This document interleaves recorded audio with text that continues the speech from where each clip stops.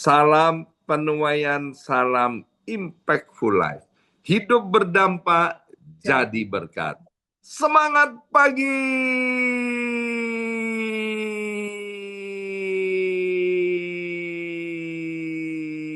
Semuanya semangat pagi. Apa kabarnya Bapak Ibu semuanya? Anak-anak Tuhan yang hebat dan luar biasa ya. Senang sekali hari ini Sabtu ya, akhir pekan tanggal 11 April 2026 boleh bersama-sama kembali dengan Bapak Ibu semuanya. Baik, renungan kita hari ini diambil dari kitab Yohanes pasal 12 ayat 32. Yohanes pasal 12 ayat 32 ya. Demikian bunyi firman Tuhan. Dan aku, kata Yesus, apabila aku ditinggikan dari bumi, maka aku akan menarik semua orang. Bersama saya ucapkan semua orang ya. Ya, semua orang datang kepadaku. Nah, Bapak Ibu sekalian, di dunia modern ini termasuk Surabaya, Jakarta, New York, Delaware, Las Vegas, ya, dimanapun Bapak Ibu berada hari ini, semua orang ingin naik jabatannya, naik penghasilannya, naik statusnya. Semua orang ingin ditinggikan. Tetapi Tuhan Yesus justru berkata sesuatu yang berlawanan dengan logika kita. Tuhan, yaitu Yesus itu tidak ditinggikan di atas panggung. Tetapi Yesus ditinggikan di atas kayu salib. Dan justru dari situ Yesus berkata, aku akan menarik semua orang datang kepadaku. Dunia berkata, tampillah hebat supaya menarik orang. Nggak salah Bapak Ibu sekalian ya, kita tampil hebat itu puji Tuhan. Tapi Tuhan Yesus berkata, pikulah salib, maka aku akan menarik semua orang ya. Nah, kata ditinggikan ya, kita tahu bahwa Alkitab Perjanjian Baru ditulis dalam bahasa Yunani. Kata ditinggikan dalam bahasa Yunaninya yaitu dikatakan sebagai hypso yang memiliki dua arti di dalam satu kata itu. Yang pertama yaitu diangkat secara fisik dan ini menunjukkan kepada kayu salib. Dan yang kedua, hipsu itu artinya dimuliakan secara rohani. Hal ini menunjukkan pada kemenangan dan kemuliaan. Artinya Bapak Ibu sekalian, salib itu bukan hanya penderitaan, tapi juga jalan menuju kemenangan dan kemuliaan. Katakan bersama saya, wow, luar biasa. Ya, memang luar biasa. Nah, yang pertama kita belajar dari Yohanes pasal 12 ayat 32 tadi, bahwa ditinggikan dalam penderitaan, bukan ditinggikan dalam kenyamanan. Tuhan Yesus tidak ditinggikan di istana, tapi Tuhan Yesus ditinggikan di atas kayu salib. Salib itu Bapak Ibu sekalian amat sangat tidak enak. Salib itu menyakitkan, salib itu memalukan, salib itu ditolak oleh manusia. Namun justru itulah yang disebut jalan Tuhan. Seringkali kita berpikir, kalau Tuhan mengangkat hidup kita, pasti lewat kenyamanan. Tetapi Alkitab menunjukkan pola yang berbeda. Contohnya Yusuf itu, ya, anak daripada Israel, diangkat lewat penjara. Daud, raja terhebat Israel, diangkat melalui perjalanan di padang gurun yang tidak nyaman. Kemudian Yesus dimuliakan lewat kayu salib, ya. Dalam Kejadian pasal 37 sampai Kejadian pasal 41, Bapak Ibu sekalian, kita lihat bagaimana Yusuf itu memiliki cita-cita yang besar, memiliki visi yang besar, memiliki mimpi yang besar dari Tuhan. Tapi jalannya justru penuh penderitaan.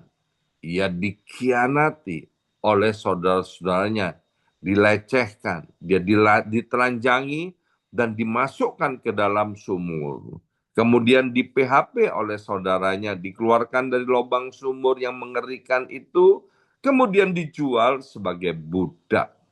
Dan kemudian di rumah Potifar, Yusuf difitnah oleh istri Potifar. Dan kemudian Yusuf harus dipenjara tanpa ada kesalahan. Namun, melalui rangkaian peristiwa penderitaan yang menyesakkan hati, maka Tuhan membentuk karakter daripada Yusuf. Yusuf menjadi orang yang penuh dengan hikmat dan penuh dengan kesabaran, Bapak Ibu sekalian.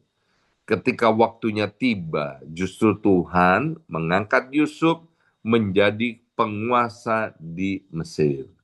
Sumur, penjara, ya, itu bukan akhir daripada hidup Yusuf, tetapi proses menuju kemenangan dan kemuliaan. Kemudian di dalam kitab Samuel dikisahkan tentang Daud. Daud diurapi menjadi raja sejak masa mudanya ketika pipinya masih kemerah-merahan. Tapi Daud tidak langsung naik tahta. Ia melewati padang, yaitu menggembalakan domba yang cuma 2-3 ekor. Dia harus menghadapi singa dan beruang. Kemudian setelah mengalahkan Goliat, Daud juga harus bersembunyi, lari di padang karena dikejar-kejar oleh mertuanya, raja Israel, yaitu Saul. Ya, padang itu adalah tempat kesepian, tekanan, dan latihan iman. Pada kesempatan ke Israel beberapa waktu yang lalu, saya bersama istri juga berkunjung ke tempat di mana yang disebut Gua Adulam, ya, tempat persembunyian Daud itu. Justru disitulah Daud belajar bergantung kepada Tuhan. Ketika waktunya tiba, Tuhan mengangkat dan menjadikan Daud itu Raja Israel. Padang gurun bukan tempat dibuang, tetapi tempat untuk Daud dipersiapkan. Daud diurapi dalam 1 hari untuk menjadi Raja Israel. Tetapi diproses lebih daripada 10 tahun untuk duduk di atas tahta sebagai Raja Israel. Pengurapan itu Bapak Ibu sekalian instan, ya. Setiap Kamis pertama waktu New York dalam acara Worship from Home, kita ada pengurapan minyak secara online, ya. Tapi kita tidak langsung mengalami promosi itu, ya. Jadi pengurapan itu instan, tetapi pengangkatan itu membutuhkan yang namanya proses. Percayalah Bapak Ibu sekalian, Tuhan yang bisa memberi janji itu kepada Daud dan juga kepada setiap kita. Janjinya itu sudah tersurat dan tertulis. Tetapi Tuhan mau membentuk karakter kita dan itu dibutuhkan yang namanya waktu. Jadi Bapak Ibu sekalian, janganlah setiap kita ada yang frustrasi kalau kita sudah diurapi, sudah menerima janji-janji Tuhan, tapi sampai hari ini belum diangkat. Daud menunggu sekitar kurang lebih 15 tahun sebelum duduk di atas tahta. Nah, prinsipnya begini Bapak Ibu sekalian, Tuhan sering memakai titik terendah untuk membawa kita ke titik tertinggi. Tanpa salib tidak ada mahkota. No cross, no crown, ya. Penderitaan sering menjadi panggung bagi kehidupan yang dipromosikan. Seperti kalau kita jalan-jalan di Manhattan, Bapak Ibu sekalian, banyak sekali gedung-gedung yang tinggi. Ya, dan Bapak Ibu tahu nggak, semakin tinggi bangunan gedung itu, maka semakin dalam pondasinya. Tanpa kedalaman tidak ada ketinggian. Maka itu, biarlah setiap kita pagi ini jangan ada yang lari dari proses. Yang kedua, jangan marah saat kita mengalami tekanan. Jangan pernah berasumsi bahwa penderitaan itu sebagai tanda Tuhan meninggalkan kita. No, tolak jauh-jauh. Ya, Tuhan itu tidak pernah meninggalkan kita. Firman-Nya berkata bahwa Tuhan itu Immanuel, artinya Allah menyertai kita dari dulu sekarang bahkan sampai selama-lamanya. Bisa jadi itulah cara Tuhan sedang meninggikan hidup kita waktu kita ada di dalam proses. Kemudian yang kedua kita belajar daripada salib, yaitu ditinggikan untuk memuliakan Tuhan, bukan untuk memuliakan diri sendiri. Filipi pasal 2 ayat yang ke-8 sampai 11, Filipi pasal 2 ayat 8 sampai 11 saya akan bacakan dalam bahasa Indonesia sehari-hari. Ayat yang ke-8 dari Filipi pasal 2. Ia merendahkan diri dan hidup dengan taat kepada Allah sampai mati, yaitu mati di salib. Ayat yang ke-9, sebab itulah Allah mengangkat dia setinggi-tingginya, serta memberikan kepadanya kekuasaan yang lebih besar daripada segala kekuasaan yang lain. Ayat yang ke-10, maka untuk menghormati Yesus, semua makhluk yang di sorga dan yang di bumi, serta yang di bawah bumi, akan menyembah dia. Mereka semuanya akan mengaku bahwa Yesus Kristuslah Tuhan. Dengan demikian Allah Bapa dimuliakan. Perhatikan kata merendahkan diri di ayat yang ke-8. Yang kemudian ada kata juga taat, merendahkan diri, taat. Ayat yang ke-9, Allah mengangkat dia setinggi-tingginya. Ya, Yesus itu tidak ditinggikan untuk dirinya, Bapak Ibu sekalian. Tapi Yesus itu ditinggikan untuk menyatakan kasih Allah Bapa.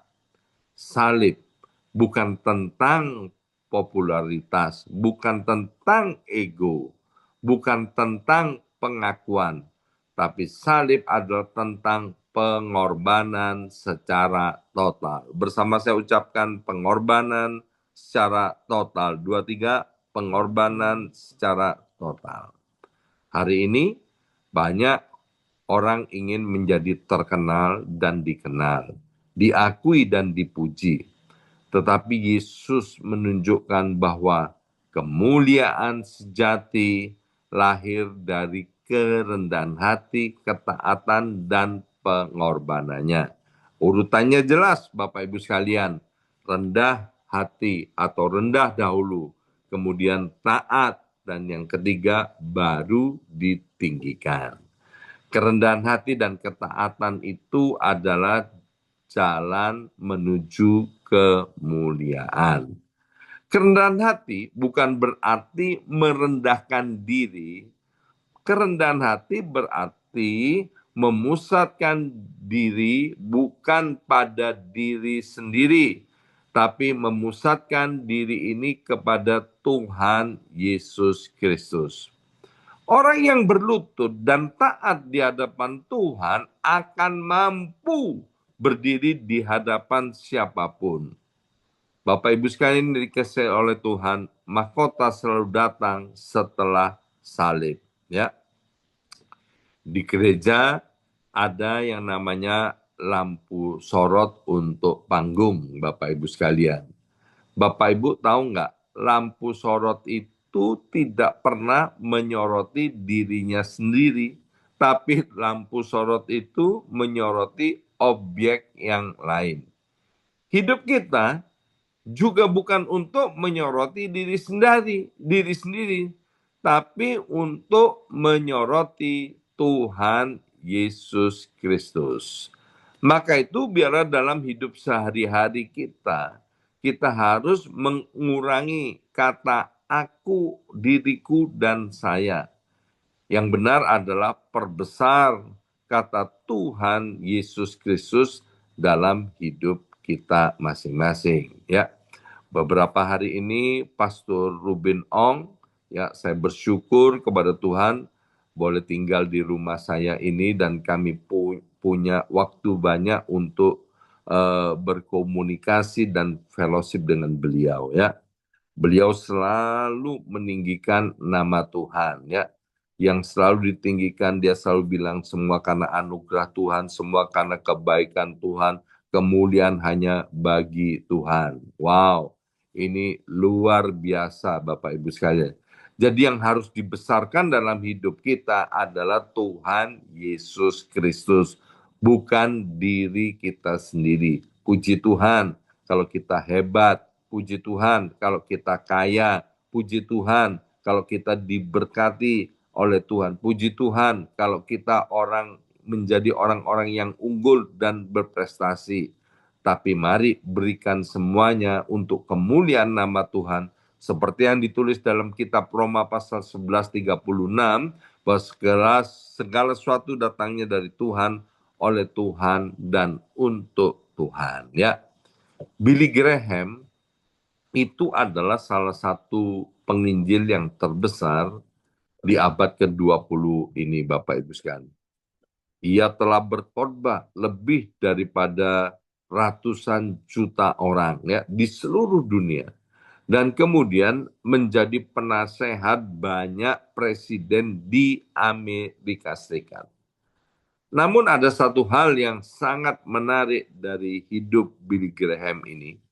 Pada puncak popularitasnya, ya, puncak keterkenalannya, Billy Graham sengaja membuat sebuah komitmen bersama tim pelayanannya yang dikenal sebagai Modesto Manifesto. Dalam komitmen itu, mereka berjanji untuk menjaga integritas dalam 3 hal, yaitu uang, moralitas, dan kemuliaan pelayanan. Billy Graham menolak banyak kesempatan yang bisa membuat nama Billy Graham menjadi besar dan lebih terkenal. Billy Graham selalu berkata bahwa tujuannya bukan untuk membangun nama Billy Graham. Jadi pelayanan Billy Graham ini bukan untuk membangun nama Billy Graham, tetapi untuk meninggikan nama Tuhan Yesus. Ia pernah berkata begini, khotbah saya ini tidak akan berarti apa-apa jika orang hanya mengingat Billy Graham dan melupakan Tuhan Yesus Kristus. Ya, jadi hari ini ketika orang mengenal nama Billy Graham, maka yang diingat bukan kemegahan dan kehebatan daripada Billy Graham. Tapi yang selalu diingat oleh Tuhan, Injil telah diberitakan. Ya, ini menunjukkan satu prinsip yang penting Bapak Ibu sekalian. Ketika seseorang merendahkan dirinya untuk memuliakan Tuhan, Tuhan justru meninggikan hidupnya. Ya. Dan yang terakhir Bapak Ibu sekalian, Yohanes pasal 12 ayat 32 tadi berkata, Aku akan menarik semua orang datang kepadaku. Jadi kalau Tuhan Yesus ditinggikan, maka akan menarik jiwa-jiwa datang kepada Tuhan. Yesus tidak berkata memaksa, tetapi Yesus berkata menarik. Artinya, daya tarik pengorbanan di dalam Yesus, daya tarik kasih di dalam Yesus adalah magnet rohani yang berpusat pada salib Kristus. Hari ini banyak orang mencoba untuk menarik orang dengan program, dengan hiburan dan strategi, ya. Semua semua itu memang bisa membantu Bapak Ibu sekalian, tetapi bukan itu intinya. Yang benar-benar menarik jiwa adalah ketika Yesus yang ditinggikan dari hidup kita. Gereja BMC New York baru saja melakukan perayaan Paskah dan anniversary gereja yang ke-18. Kami memang promosi besar-besaran pakai flyer dan kami mengatakan bahwa ada hadiah emas dan lain sebagainya yang memang kami sengaja sediakan. Itu adalah salah satu cara untuk menarik orang datang berbondong-bondong ke gereja. Dan memang kenyataannya kemudian banyak orang berbondong-bondong datang ke gereja. Itu adalah strategi Bapak Ibu sekalian. Tapi tujuan semuanya itu waktu ibadah kami mengadakan acara, ya, baik musik, pujian, tari-tarian, dan firman Tuhan. Semuanya berpusat kepada Yesus Kristus Tuhan. Agar Tuhan Yesus ditinggikan, agar Tuhan Yesus dimuliakan.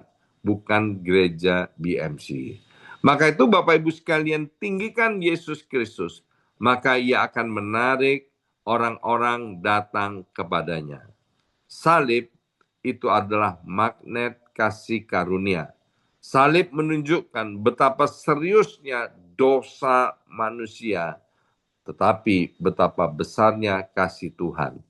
Ketika Tuhan Yesus menjadi pusat, maka hidup manusia diubahkan. Ya, magnet tidak pernah berisi dan tidak pernah mempromosikan dirinya, tetapi magnet itu memiliki daya tarik yang kuat. Salib juga demikian, sederhana tetapi menarik dunia. Pesan hari ini, tinggikan Yesus dalam hidup setiap kita. Tinggikan Yesus dalam keluarga kita. Tinggikan Yesus dalam bisnis kita. Tinggikan Yesus di dalam pelayanan kita. Maka orang akan tertarik bukan kepada kita, tetapi kepada Kristus. Dunia melihat salib sebagai kegagalan, kehinaan, dan kekalahan, tetapi Tuhan melihat salib sebagai kemuliaan, kemenangan, dan keselamatan. Dan dari titik terendah itu Yesus berkata, aku akan menarik semua orang datang kepadaku. Bukan saat kita naik ke atas panggung kita menjadi berpengaruh, tetapi saat kita bersedia memikul salib, disitulah hidup kita mulai menarik jiwa-jiwa datang kepada Tuhan. Mari kita berdoa, materaikan kebenaran firman Tuhan ini, yaitu rahasia salib Kristus. Biarlah setiap kami, ya Abba, ya Bapa, mau menghidupi di dalam proses ketika kami mengalami salib itu. Karena kami tahu setelah proses ada kemenangan dan kemuliaan. Dan kami tahu melalui salib Tuhan akan ditinggikan dan menarik banyak orang datang kepada Kristus. Kami berkati setiap anak-anak-Mu yang sedang hidup dan mengalami proses hari ini. Karena kami tahu setelah salib ini, setelah proses ini, ada kemuliaan dan kemenangan. Dalam nama Yesus kami berdoa. Haleluya. Amin, amin, amin.